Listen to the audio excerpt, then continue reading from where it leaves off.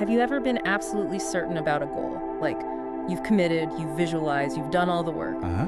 But then you look at, the cold hard facts, your inbox, your bank account, whatever it is, and just nothing tangible has shifted. Oh, definitely. And that gap, right, between knowing it's coming and seeing the actual proof, that's where most people they get tired. Exactly. Doubt creeps in, and it feels easier to just, give up, throw in the towel. It really is that classic manifestation paradox. We're told, hold the vision. But when nothing shows up immediately, we think, oh, well, this isn't working. But what if that silence, that lack of external fireworks, doesn't actually mean failure? What if it means the system's just a processing? And it's sending out these little quiet signals, these nods, that you're actually in the final stretch. That is exactly what we're digging into today. We're going beyond just, thinking positively. Yeah, we're looking at the real measurable stuff, the shifts happening inside you psychologically, emotionally, energetically, that are the real proof your manifestation is, well, downloading. Right. It's not just possible, it's actively in progress.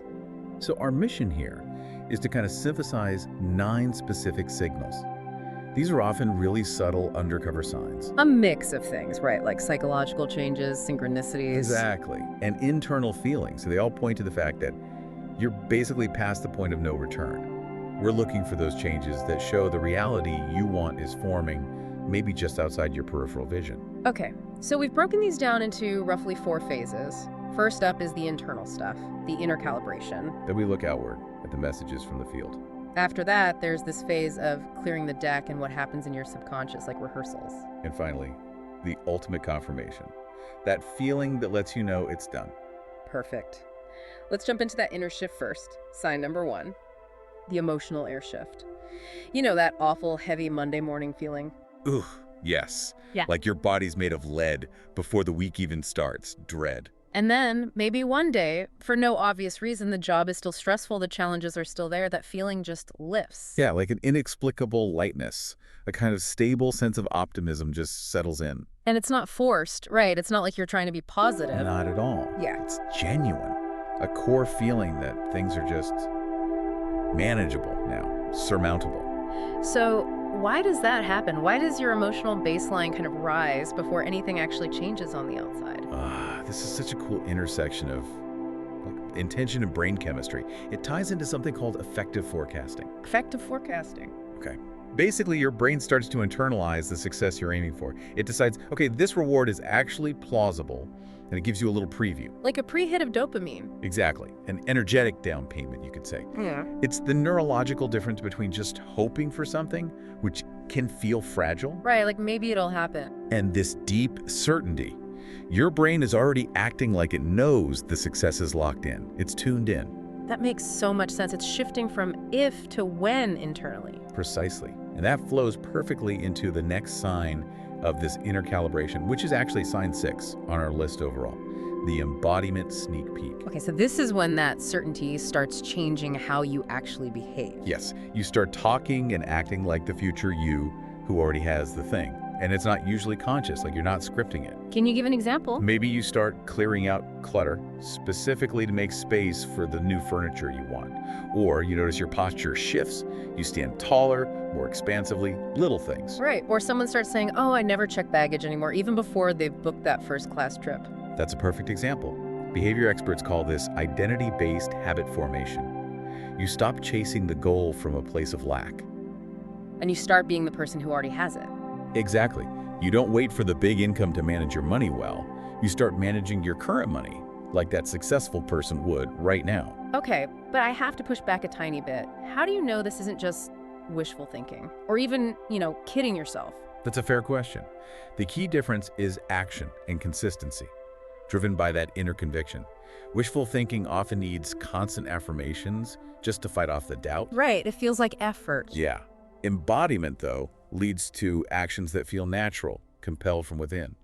If you feel genuinely moved to book a slightly better flight because the successful year values time over saving a few bucks, that's conviction in action. So you're creating this magnetic pull by aligning your current actions with that future self. You got it. Okay, so that covers the inner shifts. Feeling lighter, acting differently, your internal wiring is updating. So what about signals from the outside? Let's move to section 2, messages from the field.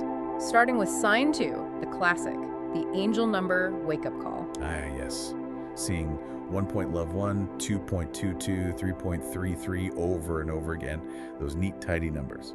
And we know what the skeptics say immediately. Oh, yeah. Frequency bias. Mm. Once you start looking for 11.11, suddenly you see it everywhere. So is it real communication, or is it just our brains playing tricks, confirmation bias? Well, this is where some data gives us context. There was research looking into vibrational alignment. I think it was published in the Journal of Spiritual Sciences. Okay. They did a survey back in 2022, and they found that a pretty significant number, 68% of people who are actively manifesting, reported seeing these triple-digit numbers consistently. Within 2 weeks of their goal actually showing up. Exactly. Within 2 weeks before it materialized. Wow, okay. 68%. That's a strong correlation. It's not just random chance for everyone. It suggests it's more than coincidence for many. Think of it like the universe's way of sending a little text message, a ping. Like, yep, you're on the right track. Keep going. Precisely. It's confirmation you're energetically aligned. Permission to proceed with confidence. All right, let's talk about sign 3, which feels a bit more personal, maybe whimsical. Symbolic confetti. Yes, those tiny personal winks. Finding a perfect white feather on a clean city sidewalk. Or a shiny coin when there's no other trash around. Or maybe smelling something distinct, like citrus, when there's no fruit anywhere near. These are highly personalized. And interestingly, historically, many indigenous cultures read signs like these as hunting signs. Hunting signs, meaning? Meaning confirmation from the environment that you are on the right trail, getting closer to your quarry, or your goal in this case. It shows your energy is making an imprint. Okay, but these feel so small, almost random. How can you use them to build certainty? They feel nice, but... You track them. Turn that fleeting feeling into solid data. Keep a little pocket journal or a note on your phone. Log the feather. Log the feather. Note when it appeared. Then, pay attention. Did something concrete happen shortly after? A useful phone call? An idea? Ah, so you look for the pattern, feather appears, then this positive thing happens. Exactly. When you collect that data, you stop dismissing them as just nice coincidences and start seeing them as a reliable feedback loop. Hope becomes certainty. That's a practical system. Okay, now for the one that can really mess with our heads. Sign 4, driftwood evidence. Right. This is when you see pieces of your desire showing up in other people's lives. Like your colleague gets the exact promotion you wanted. Or your neighbor suddenly buys the specific car model you've been visualizing. Yeah, and the immediate gut reaction is often, ouch, envy, resentment. Why them and not me? Totally. It feels like proof that it's not coming to you. But if you can't consciously choose to see it differently, choose recognition over resentment, it's actually incredibly powerful proof for you. How so? Think of the desire, the promotion, the car, whatever it is, as a kind of blueprint. If your colleague has successfully built it, it proves the blueprint works. The outcome is possible, it's viable. So it means your version, your file, is compatible and it's on its way. Exactly, it's proof of concept. The universe is basically saying, see, this exists, it's real, it's in your neighborhood now. So the advice is to genuinely celebrate that colleague's win. Absolutely. Because when you genuinely celebrate their success, you're reinforcing your own belief that this kind of success is normal, available, possible for people like you. Whereas envy just builds a wall, creates resistance. Precisely. Recognition creates energetic compatibility. Okay, so we've got inner shifts, outer messages. What's next? Section 3 is about disruption, but necessary disruption. Clearing the deck in subconscious rehearsal, starting with sign 5, sudden life closures. Ah, yes. This one feels like a step backward, but it's usually a leap forward. What kind of closures are we talking about? It could be anything stagnant. Maybe a relationship that's been draining you suddenly ends. A stressful client unexpectedly cancels their contract. Even your favorite, but maybe slightly depressing, coffee shop closes down. And the ego immediately screams, loss, right? Loss of security, loss of familiarity. Of course. Yeah. Especially if it's income or a relationship. The fear kicks in. How can losing something be a good sign? Yeah, how do you flip that scarcity mindset when something is actually taken away? You have to reframe it. See it as the universe creating necessary vacancy. Manifestation needs space to land. Like spring cleaning, power washing the driveway, as the source said. Exactly like that. You're clearing out the old, cluttered energy to make room for something fundamentally better, something aligned with your new intention. These endings aren't setbacks. They're escrow periods, transferring energy from the old to the new. That's a great way to put it. They're clearing the path for upgraded opportunities. Resisting the closure just keeps the good stuff waiting outside. So embracing the discomfort, the temporary void, is actually preparing the space. It is. Yeah. You have to accept that the reality you desire might require a different stage setting, and sometimes the old scenery has to go. These are intentional clearings. Okay. And while that external clearing is happening, something's going on inside too. Sign 7, the dream surge. Yes. Your dream life suddenly gets cinematic, really vivid. Colors pop. You might have dreams where you're literally handed keys, or shown solutions, or have these incredibly insightful conversations. Not just fuzzy, weird dreams, but really clear, almost IMAX-level stuff. Exactly. That kind of lucidity is often linked to beta brainwaves. That's the same brain state we aim for in deep meditation or hypnosis. So what's the subconscious doing in these vivid dreams? It's actively running simulations. It's rehearsing the new reality, integrating that new identity we talked about earlier. So when the opportunity shows up in waking life, Your nervous system is already familiar with it.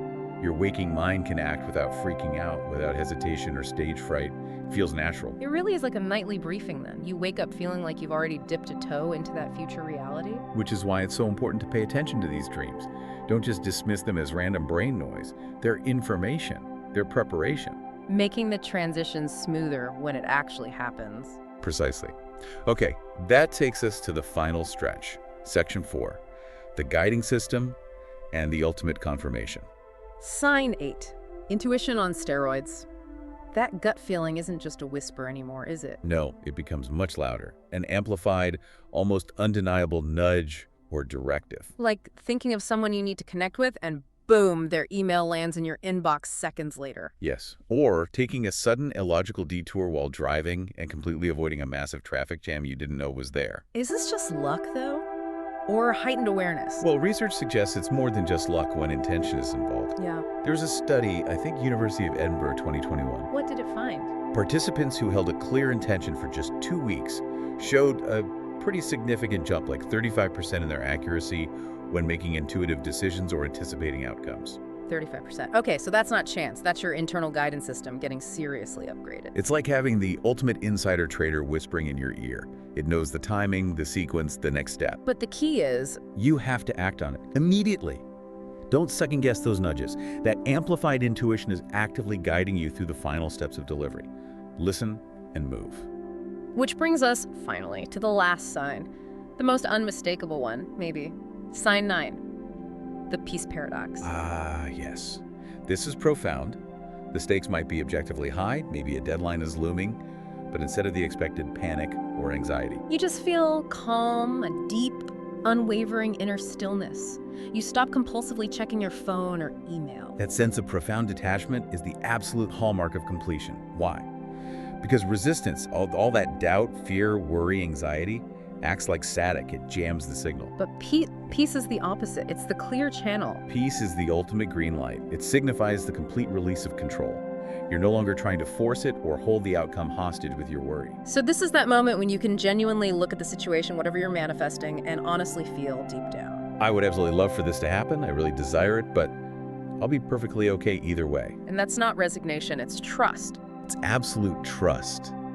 And that feeling, that genuine, non-performative peace and detachment, is the signal the universe or your subconscious or whatever you want to call it have been waiting for. It releases the final brakes, allows it to flow in. Exactly. Yeah. That peace is the ultimate confirmation. It's basically already done, imminent. Wow. Okay, that's quite a journey through these signs. We started with that universal feeling of waiting and frustration. And now it feels like we see manifestation less like a cosmic slot machine, frantically pulling a lever and hoping. Right, and more like this intimate, ongoing conversation. It's personal. So the big takeaway seems to be, don't panic about the external silence. That lack of immediate, flashy results often just means You're watching that final 1% download bar. It's loading just before completion. Your job isn't to stare at the progress bar, biting your nails. what is the job then? It's to keep your awareness open, spotting these quieter signals. We talked about the inner shifts, the outer winks, and crucially, maintaining that sense of certainty and peace you've cultivated. Here's a thought to leave everyone with. The universe absolutely loves to surprise the person who's too busy being grateful for what they already have to stare anxiously at the clock. That's powerful. Really sit with that. And maybe ask yourself, which of these 9 signs, that little dopamine hit, the number sequences, maybe a sudden closure that felt bad but now seems necessary? Or maybe that deep, quiet peace. Which ones are you noticing in your life right now? Keep your eyes open, keep your heart grateful, keep your spirit aligned. Thanks so much for joining us for this deep dive. Yeah, thanks everyone. We'll catch you on the next one.